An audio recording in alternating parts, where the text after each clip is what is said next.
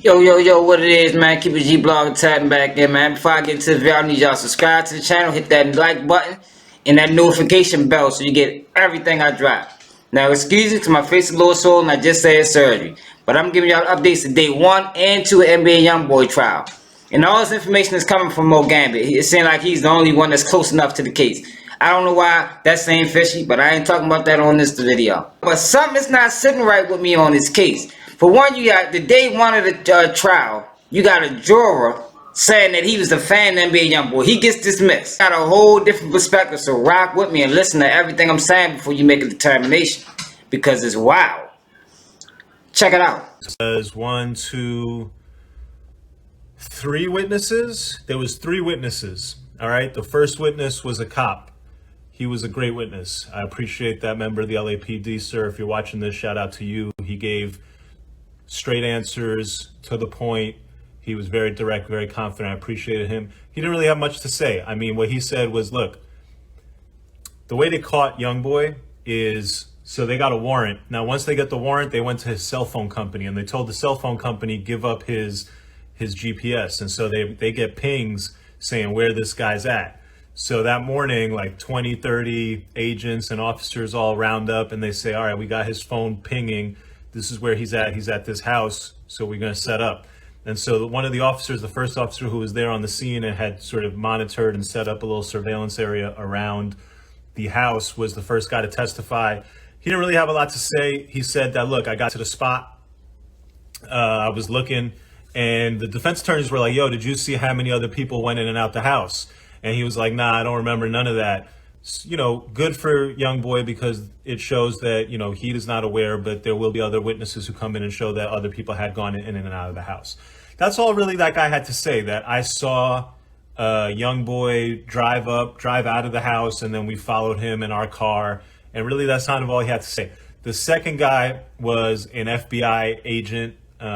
It was, you know, not really very interesting testimony. So the second guy testified was an FBI agent. And this FBI agent, he didn't really know much either. He was like, yeah, I was in the car.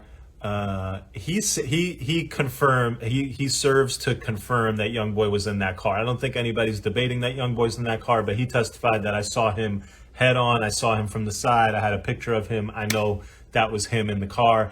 And then he was like, when he pulled off, I tried to chase him, but you know, I couldn't really keep up, or I was really slow. And he's like, and then I lost him and I don't know what else happened. And that was his testimony. That was really the end of it. The third guy who testified was interesting. All right. So stay with me on this. All right. The third guy who testified was an FBI special agent. So what does that mean? That means that he's a member of the FBI charged with investigating federal crimes. And his AOR, which is what the FBI calls it, his area of responsibility was the Los Angeles office. So this FBI agent, he was the third person to testify, and the Fed agent was discussing his investigation of the crime scene, basically, right? So the crime scene here is the 2022 Mercedes Maybach truck. And he testified about, you know, how he collected evidence from the truck, what he saw in the truck. Now, the very key piece of evidence, or the key part of this FBI agent's testimony, is where he saw the gun. Nick Mundros, we're not doing the Patreon. We're going to keep it free. I think we're going to keep it free. I don't know. Maybe we'll do the Patreon, but I think we're going to keep it free. Everybody should have the benefit of this. I don't want to go behind a paywall. Not yet. Maybe. I don't know. We'll see. But all right, so this FBI agent is testifying about what he found in the car. And this is important, right? Because think about the case. The case is constructive possession. NBA Youngboy knew the gun was there. That's the prosecution's case. The defense's case is there's a lot of people around this guy. He's got a lot of cars. He's got a lot of houses. There were a lot of people at that house that day. There's a lot of fingerprints on this gun. None of it ties NBA Youngboy. So maybe it was somebody else's gun. Maybe he didn't know it was there. That's the defense's whole case. So when the FBI agent testified, the key thing for the jury to understand is, where was the gun? What did he see in the car? What was going on as far as all that goes? FBI agent said that he saw the gun on the back floorboard, and it's a very obvious gun. Like, it's a tan gun. and the floor of the truck is this black carpet. So when you see the tan gun on the black carpet, like you really see that bit. It's like, oh yeah, there's a gun here. Boom. So the defense attorney's whole point was that that officer, that FBI agent who went to go investigate that gun, that was the third officer who went in the car looking for the gun, or the fourth guy who went in the car looking for the gun. And the point from the defense is, look, it was the third or the fourth, I'm not sure which one, but the point of the defense was, look, if you look at the picture of how this FBI agent found this gun, it should be clear to you that this gun was moved from wherever it was when Kentrell Gaulden was in the car. And here's why. And this is the defense's point. That two other officers went in that car and took a look around. And if those two other officers went in that car and they took a look around, and that gun is where the police say it was when Kentrell was in the car, then they would have seen it and they would have confiscated, or they would have alerted other law enforcement and said, hey, gun in the car, gun in the car, gun in the car. That's protocol, that's policy. In fact, two officers got in that car, took a look around, and did not see the gun, which suggests that the gun was not in plain view. The gun was not in a place where anybody who gets in that car sees it. It had to be moved by an officer. And so if an officer moved the gun, took it out from being tucked, and pulled it out into plain view, that's the only way the FBI agent would have been able to see it so easily when he was like the third or the fourth guy to get in the car. And so that the whole takeaway from all that, we'll see if the jury understands it. Hopefully their lawyer's presentation is better than mine so the jury can follow. Their whole point is, look, multiple cops went in that car. They didn't see the gun. Why? Because the gun was not out in the open. And so Youngboy could have gone in that car and he could have also not seen the gun because it was not out in the open. Now, it's a couple things that me that stick out about this case, right? For one, you got the officer. Two officers searched this car.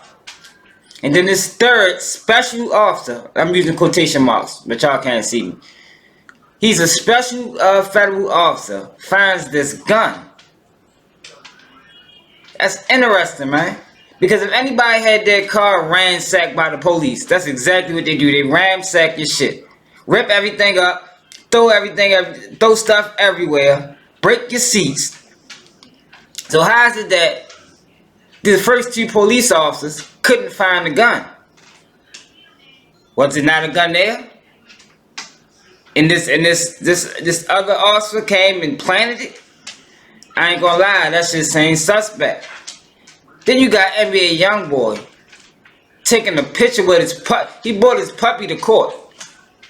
He's on federal trial where he can do probably 10 years. And he come there with his dog. I ain't gonna lie, yo, this shit look a little suspect to me, man. I don't know, I think we might be being fooled. Because how it's looking now, with all the facts that we got right now, it's looking like NBA Youngboy is gonna beat this case. And this is a federal case. You know their conviction rate. So he got this federal case in Hollywood. Los Angeles. We know that's Hollywood. That's where all the stars go. That's where movies are made. And yo, I'm starting to think we watching a fucking movie. But I'm interested to see what's y'all take on this shit. Yo, like, are y'all feeling what's going on? Do the prosecutors got a strong case? Because the guy that do the fingerprints, the fingerprint analyst, said when he got the gun, they didn't give him the gun. Like, oh, this gotta be the most sloppiest federal investigation I've ever seen in my life. This look like some shit the state did. But it's a fair case. That's what's throwing me off about the whole thing, yo. That's what's making me look at it sideways. Shit not adding up. It ain't adding up.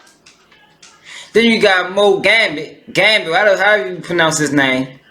How is he always on every case? He always in New York. How is he getting these updates from California?